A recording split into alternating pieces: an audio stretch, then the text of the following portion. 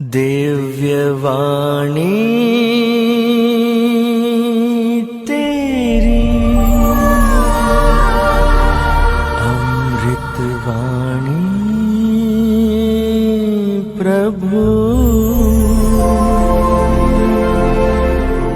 दिव्यवाणी तेरी अमृतवाणी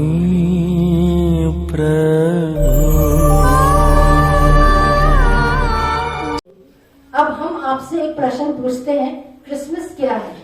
क्रिसमस का मतलब है हम यीशु का जन्म को हम मनाते हैं कि नहीं, है ना। हम लोग भी अपना अपना जन्मदिन मनाते हैं कि नहीं। बच्चों का जन्मदिन मनाते हैं, उनके लिए गिफ्ट्स देते हैं, सोचते हैं, है कि नहीं। तो आसान शब्दों में है, क्रिसमस का मतलब है यीशु का जन्मदिन। मगर हम अपने कामों में इतना हम मशरूफ हो गए हैं, चाहे जब क्रिसमस आता है तो घर की साफ सफाई, हम कौन से नए कपड़े पहनेंगे, कौन से बच्चों को हम गिफ्ट देंगे, कहाँ क्रिसमस के समय में हम कहाँ छुट्टी मनाने जाएंगे, ये हम सब सोचते हैं। और जिसका जन्मदिन है उसी को हम भूल जाते हैं, या हम अपनी योजनाओं में हम यीशु को हम बाहर कर देते हैं। हालेलुया। और हम ये भी सोचते हैं कि यीशु के पास सब कुछ है कि नहीं है। हमारा जो घर है, हमारे जो कपड़े हैं, खाना पीना मकान, किसने दिया है? यीशु ने दिया। तो फिर हम यीशु को क्या दें? हमारे पाप के अलावा हम यीशु को हम कुछ भी नहीं दे सकते हैं। 25 दिसंबर को हम यीशु का जन्मदिन मनाने जा रहे हैं। हाँ, तो हम यीशु को क्या उपहार दे सकते हैं जो हम नहीं दे सकते हैं, जो हम नहीं देते हैं? पाप के अलावा हमारे पास तो कुछ भी नहीं है जो हम यीशु को हम दे सकते। कुछ दिन पहले किसी ने मेरे को एक व्हाट्सएप में एक वीडियो भेजा, कोई विदेश का जगह है, वहां क्रिसमस की तैयारी में बहुत बड़ी झांकी निकली।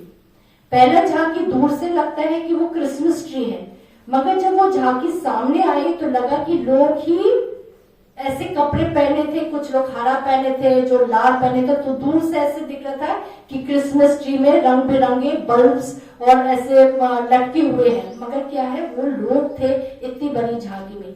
दूसरे झांकी में पीछे में कहा था, कौन था? Santa Claus.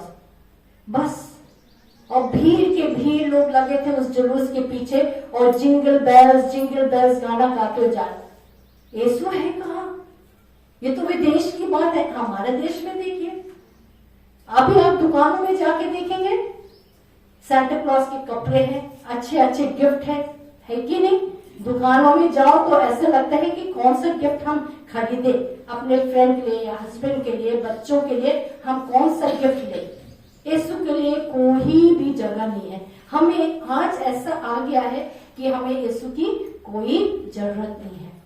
जब हमारे दिल में दुख आता है, तकलीफ है, तब हम यीशु को हम याद करते हैं। तो जब हम मनन चिंतन कर रहे थे तो मुझे यूहन्ना का सुसमाचार अध्याय 19 पद संख्या 28 मन में आया, जहाँ यीशु मरने से पहले कहता है, मैं प्यासा हूँ। जब उस चीज पे मैं मनन चिंतन की तो यीशु किस चीज के लिए प्यासा है? ऐसे कौन सी चीज है जो प्रभु यीशु चाहता है हमसे, अपने चुने हुए लोगों से, जिसको उसने अपना प्रतिरूप बनाया? क्या चाहता है और क्या हम उसे दे नहीं पाते हैं, जिसके लिए वो तरसता है? मरने के बाद इतना उसने अपना खून बहाया हमारे लिए, मगर क्रूस के नीचे कितने लोग थे?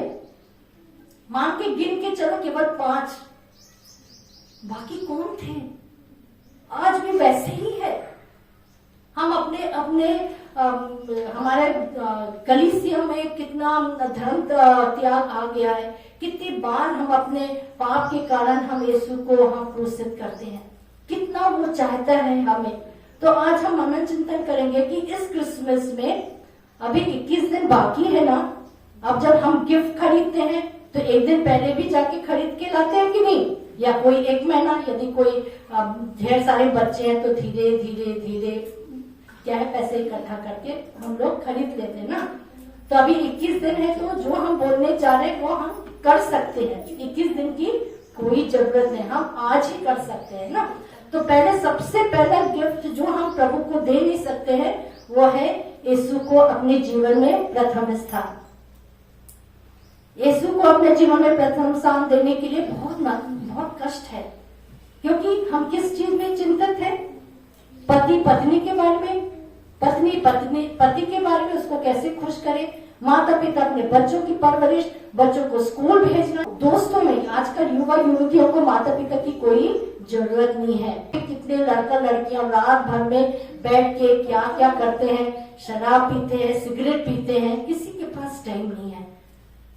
तो इस बार क्रिसमस में सबसे सुंदर उपहार है जो हम प्रभु को अपना प्रथम स्थान हम दे सके। अपने माता पिता को नहीं, भाई बहनों को नहीं, अपने बच्चों को नहीं, अपने धन दौलत को नहीं, हमारी योजना को नहीं, जरूरतों को नहीं, मगर यीशु को प्रथम स्थान दे। और मत्ती अध्याय 10 पद संख्या 37 में प्रभु यीशु कहते हैं कि जो अपने पिता और अपनी माता से मुझसे ज्यादा प्यार करते हैं वो मेरे योग्य नहीं है। जो अपने पुत्र और पुत्रियों को मुझसे ज्यादा प्यार करते हैं वो मेरे योग्य नहीं है। तो इसका मतलब प्रभु चाहता है कि हम उससे अपने जीवन में प्रथम स्थान दें। ईश्वर ने हमें परिवार दिया है, पर यदि हम प्रभु पे प्रथम स्थान देंगे तो वह हमारी क्या है, हमारे परिवार का भी देखभाल करेंगे। दूसरा उपहार जो हम यीशु को दे सकते हैं वो हमारा दिल, हमारे हृदय को हम प्रभु को एक निवास स्थान बनाए। आप स्वयं देखिए, जब माता मरियम यीशु को जन्म देने वाली थी, उसके लिए कोई भी जगह नहीं था कि नहीं, मगर गौशाले में किसने यीशु का स्वागत किया? जानवरों ने। हाँ, तो हम अपने हृदय को ऐसा निवास स्थान बनाए, यीशु को अपना पूंजी बनाए। ऐसे कितने लोग हैं जो अपना सोना चांदी जमीन का कागजात जो है वो बैंक के लॉकर में डालते कि नहीं, ताकि कोई चोर आके चोरी ना करे। लूकास अध्याय 12:34 में प्रभु कहते हैं जहां तुम्हारा पूंजी है वही तुम्हारा हृदय है। तो यदि आज हमारे हृदय प्रभु में नहीं है तो हमारा पूंजी क्या है? हमारा धन दौलत, हमारा कमाई, हमारी नौकरी, वो सब है। इसलिए हमारी पूंजी, हमारे हृदय प्रभु के लिए कोई स्थान नहीं है। और प्रकाशना ग्रंथ अध्याय 3:20 में प्रभु यीशु कहता है मैं द्वार पे खड़ा होकर खटखटाता हूँ, जो कोई मेरे वाणी को सुनेगा और द्वार को खोलेगा तो मैं उनकी यहाँ आऊंगा, उनके साथ मैं भोजन करूंगा और वह मेरे साथ। तो यीशु कौन सा द्वार की बात कर रहा है? क्या हमारा मेन डोर या हमारा पीछे का दरवाजा? नहीं, हमारे हृदय के द्वार को वो खटखटाता है। आप देखिए, हमारा हर एक दरवाजे में अंदर से भी साकल है, बाहर से भी, मगर हमारे हृदय में बाहर से साकल नहीं है। दरवाजा अंदर की ओर खुलता है। तो प्रभु चाहता है कि हम अपने हृदय के द्वार को प्रभु के लिए खोलें। सबसे पहले हम प्रभु को अपना जीवन में प्रथम स्थान दें। तीसरा सुंदर उपहार है हम प्रभु पे हम भरोसा रखें। मगर अक्सर मानव क्या करता है?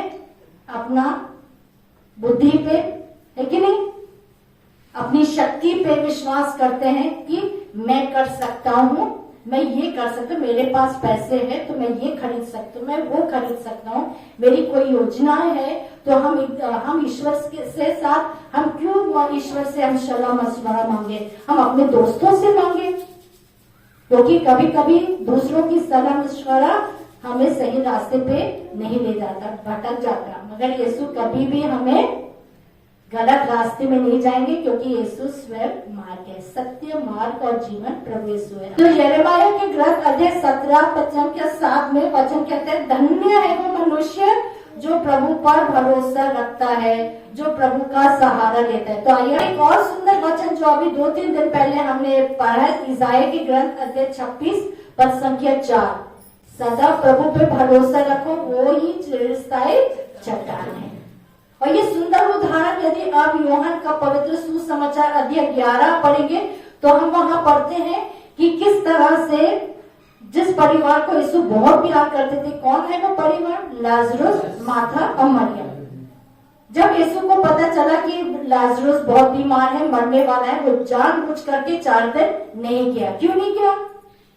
वो ये देखना चाहते थे जिस परिवार को मैं बहुत प्यार करता हूँ, क्या वो भी मुझे उतना प्यार करते हैं? क्या वो भी मुझ पर उतना भरोसा और विश्वास करते हैं? तो 4 दिन के बाद आते तो मार्था ने सच में वही बोले, प्रभु आप कहाँ थे? आप यदि यहाँ होते तो मेरा भाई नहीं मरते। तो यीशु ने क्या कहा? यदि तुम विश्वास करोगे तो तुम मेरी महिमा देखोगे। तो मार्था मरियम ने विश्वास किया कि नहीं? विश्वास किए। यीशु ने बोला पत्थर उठाओ, तो उन्होंने कब्र से पत्थर उठाया, हटाया। और क्या हुआ? जब उन्होंने विश्वास किया तो यीशु ने असंभव बात को संभव किया। 4 दिन मृत लाजरस को उसने मृतकों में से जलाया है। तो आज हम जब परेशान होते हैं, हमारे जीवन में दुख तकलीफ आते हैं, तो अक्सर किसका सहारा लेते हैं? शराब, है कि नहीं? या अंधविश्वास में हम भटक जाते हैं। थके मांदे बोझ से दबे लोगों, तुम मेरे पास आओ, मैं तुम्हें विश्राम दूंगा। तो जब हम यीशु के पास आते ही नहीं, जब हम उसके ऊपर कोई भरोसा नहीं रखते, तो हमें विश्राम कहाँ से मिलेगा? इसलिए हम अंधकार की शक्ति में हम चले जाते हैं। और एक और उपहार जो हम प्रभु यीशु को दे सकते हैं, वो है उसका अनुसरण करना। हम हर एक का बुलाहट है, मगर प्रभु यीशु जोर जबरदस्ती नहीं करते हैं। जब उसने अपने 4 मछुआरों को बुलाते, वो कहा मेरे पीछे खोले, मतलब उनके ऊपर था। तो मेरे पीछे आना चाहते तो आओ, नहीं आना चाहते तो मत आओ। और ये बात बिल्कुल क्लियर होता है लूकस का सुसमाचार अध्याय 9:23 में प्रभु कहते हैं जो मेरा अनुसरण, जो का मतलब क्या है? यदि, जो तुम मेरा अनुसरण करना चाहते हैं वो आत्मा त्याग करे, अपना प्रतिदिन का क्रूस उठाकर मेरे पीछे छोड़े। ये हम नहीं कर पाते। कर पाते कि नहीं? नहीं कर पाते। हम अपना प्रतिदिन का क्रूस नहीं उठा पाते। हो सकता है हमारा क्रूस बच्चों के लिए पढ़ाई हो सकता है, आज्ञा का पालन हो सकता है, बड़े लोगों के पति पत्नी के बीच में उनके रिश्ता को बनाए रखने के लिए वो बहुत बड़ा बोझ है। परिवार में लड़ाई झगड़ा है, वो बड़ा बड़ा क्रूस है। हो सकता है हमारा परिवार में आर्थिक परेशानियां है, पैसे की कमी है, रोग है, मगर प्रभु कहता है तुम उसको उठाकर मेरे पीछे हो ले। मुझे कहानी याद आती है कि कुछ लोग अपना अपना दैनिक क्रूस को लेकर कहीं जा रहे थे, पहाड़ को चढ़ के। तो किसी लोगों का बहुत बड़ा क्रूस था, कोई मोटा तगड़ा लंबा। हाँ, तो उन लोग लेके चल रहे थे। एक आदमी जो था सबसे पीछे था, उसका बहुत लंबा क्रूस था। तो वो उसको लगा कि अरे ये लोग सब चले जाएंगे तो मैं कहाँ जाऊंगा। तो उसने क्या किया, मैं सोचता हूँ, उसने क्या किया, पहले अपना क्रॉस को थोड़ा छोटा कर दिया, छाड़ दिया। अंत में उसका क्रूस कितना हो गया? इतना हो गया। वो सबसे आगे पहुंच गया और वो बड़ा खुश हो गया, अरे मैं पहला आ गया। मैं आगे जाके वो देखता है, अरे दूर से उसको ना स्वर्ग का द्वार दिखा, स्वर्ग का फाटक। बहुत खुश हो, अरे मैं तो अभी स्वर्ग जाऊंगा, वो सोचा।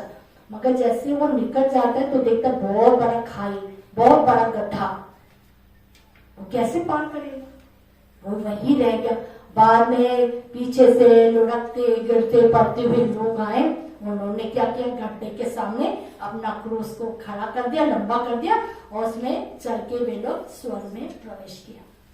तो वो आदमी जो अपने क्रूस को काटा छाटा, वो हम है जो अपने क्रूस को हम क्या है, स्वीकार नहीं करते। हमारे जीवन में दुख आता, कष्ट है, हम भून आते हैं, हम प्रभु को हम दोष देते हैं कि मैं इतना प्यार प्रार्थना करता हूँ, आप मेरी प्रार्थना को नहीं सुनते हैं। बहुत से लोग हमें फोन पे करते हैं, अरे सिस्टर आप लोग प्रार्थना करो, मेरे पास टाइम नहीं है। क्या उनकी प्रार्थना पूरी होगी? तारीफ कितने हाथों से बजती है? 2 हाथ से ना। हम प्रार्थना करेंगे, पर जो भी प्रार्थना मांगते उनका विश्वास प्रभु पे भरोसा है। अपने दैनिक क्रूस को हमें उठाना है। यदि हम किसी को प्यार करते हैं तो उसके लिए हम सब कुछ करेंगे कि नहीं? सब कुछ करेंगे कि नहीं? जब हमारे जीवन में ऐसे दुख संकट है तो हम किसकी ओर हमें दृष्टि डालनी है? प्रभु की ओर। और एक उपहार जो हम प्रभु को दे सकते हैं, ये हमारा बाइबल।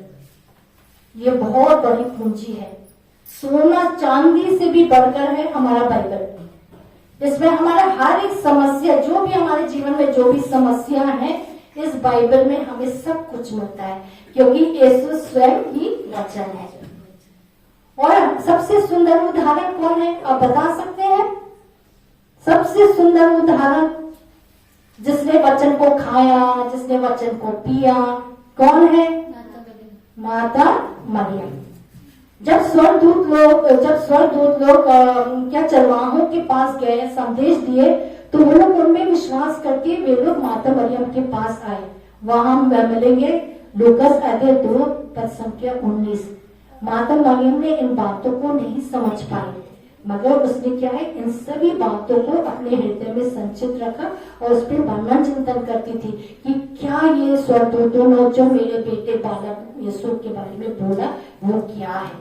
तो बहुत छोटी थी ना, वो नहीं समझ में है, केवल उसने ये बोला मैं प्रभु की दासी हूँ, तेरा कथन में पूरा हूँ। कितना विश्वास था उसका।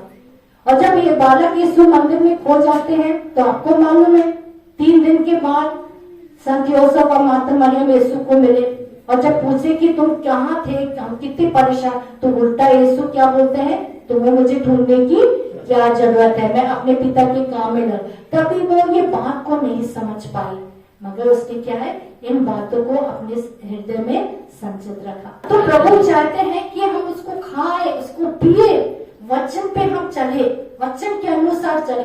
हमारे जीवन का हर एक समस्या इस पवित्र बाइबल में है। चीज है जो हम नहीं कर पाते हैं वो आज्ञा का पालन है कि नहीं। आज्ञा पालन करना बहुत मुश्किल है, विशेषकर बच्चों के लिए, फॉर्मेशन वाले बच्चों के लिए, बड़े लोगों के लिए भी। हम यदि आज्ञा का पालन नहीं करेंगे तो क्या है, हमें डांट मिलेगी, फटकार मिलेगी, सजा मिलेगी, है कि नहीं। मगर यदि हमें आज्ञा का पालन करना है तो हमें प्रेम से करना है। जिसको हम प्रेम करते हैं उनकी आज्ञा का पालन हम करेंगे कि नहीं करेंगे।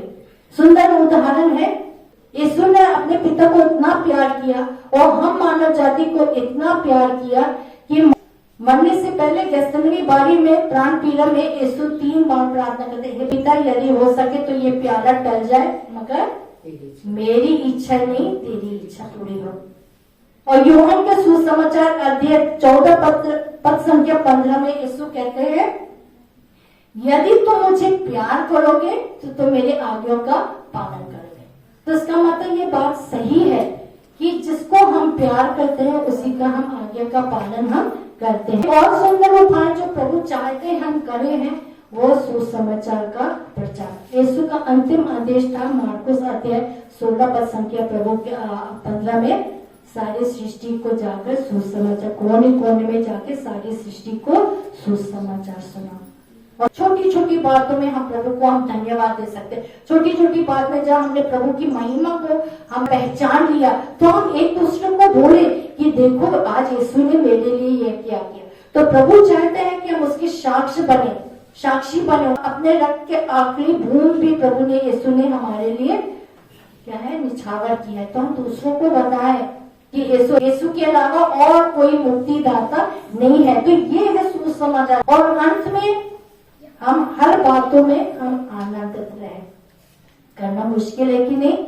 हमारे जीवन में दुख है, कष्ट है, जिसको हम प्यार करते हैं वो हमारे खिलाफ हो जाते हैं।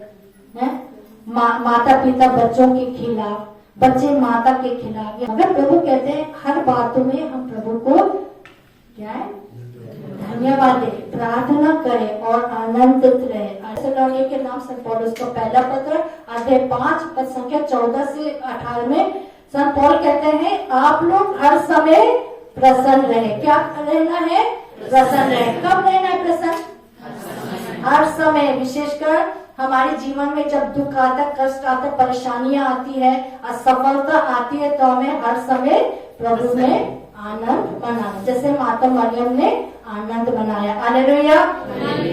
और आगे कहते हैं निरंतर प्रार्थना करते हुए। कैसे करना है, निरंतर। ये नहीं है कि हम 10 महीने से हम प्रार्थना करते आए हैं, हमने इतना मिस्सा चढ़ाया है, इतना उपवास प्रार्थना हुआ है और हमारी प्रार्थना की सुनवाई नहीं हुई। क्या हमें हताश निराश होना है?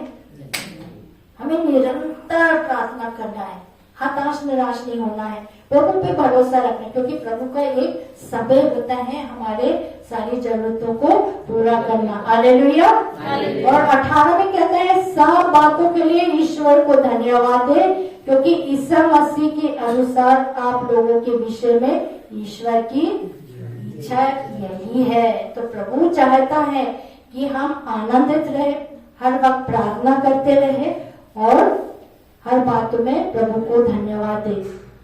आपको मालूम है वो दृष्टांत यीशु ने कितने कोढ़ी को चंगा किया? 10 कोढ़ी। कितने लोग वापस आए? एक। तो हम अपने दिल का जांच करके देखिए हम किस श्रेणी में हैं। वो एक जो वापस आया प्रभु को धन्यवाद देने के लिए, कि वो 9 हमारी जरूरत पूरे हो गए तो हमें प्रभु को धन्यवाद देने के लिए हमारे पास टाइम नहीं है। आज हम निर्णय ले कि हम इस 21 दिन में हम कौन सा उपहार हम प्रभु को दें। प्रथम स्थान, प्रभु को अपना पूंजी बनाए, उस पे भरोसा विश्वास रखे। अपना क्रूस कितना भारी क्यों ना हो, उसके पीछे हम बोले आनंदित होते हुए बाइबल को प्रतिदिन पढ़ने के लिए प्रभु हमें कृपा दे। आज्ञा का पालन करें, सुसमाचार को हम फैलाएं, उनके महान कार्य को बखान करें।